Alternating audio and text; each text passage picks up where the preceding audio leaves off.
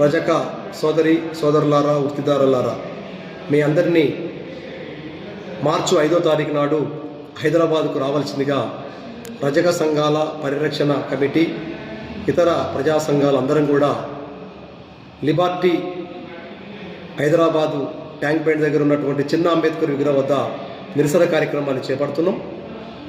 మనమంతా కూడా రోజు ఉద్యమం చేస్తూ ఉన్నాం.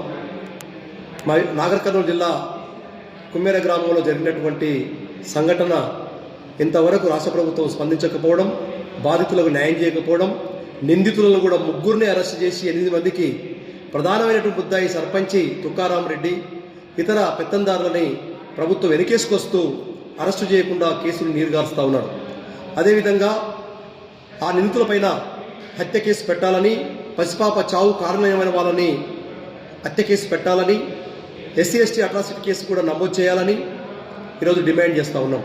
దీంతోపాటు ఈ కేసుని మొత్తం కూడా నీరుగారుస్తున్నటువంటి స్థానిక డిఎస్పీ, సిఐఎస్ఐని సస్పెండ్ చేయాలి, చట్టపరమైన చర్యలు తీసుకోవాలని చెప్పి మరో డిమాండ్ని తీసుకొస్తూ ఆ బాధిత కుటుంబాలకు ₹1 కోటి ఆర్థిక సహకారం, ఒక ఇల్లు, ప్రభుత్వ ఉద్యోగం కల్పించాలనేటువంటి డిమాండ్స్ పైన మార్చి 5వ తారీఖు నాడు హైదరాబాద్లో ధర్నా చేపడతా ఉన్నాం. ఈ నిరసన ధర్నాకు పెద్ద ఎత్తున తరలి రావాలని చెప్పి తెలంగాణలో ఉన్నటువంటి యావత్తు రజక సోదరి సోదరులందరినీ విజ్ఞప్తి చేస్తూ ఇప్పటికే దాదాపు సుమారు ఒక 20 రజక సంఘాలుగా 2 దఫాలు 3 దఫాలుగా సమావేశమై అనేక కార్యక్రమాలు ఇప్పటికి జరిపి కొవ్వొత్తుల ప్రదర్శనలు, నిరసనలు, దిష్టి బొమ్మలు అయినా ప్రభుత్వంలో చెలరాకపోవడం, దున్నపోతు మీద వర్షం కురిస్తే ఎట్లా ఉందో ఆ రకంగా ఇలా ఈ రాష్ట్ర ప్రభుత్వం వ్యవహరిస్తూ ఉంది. అదేవిధంగా ప్రభుత్వ ప్రతినిధులు కూడా తప్పుదోవ పట్టించే విధంగా మాట్లాడుతూ ఉన్నారు, ఎంపీ ఎమ్మెల్యేలు.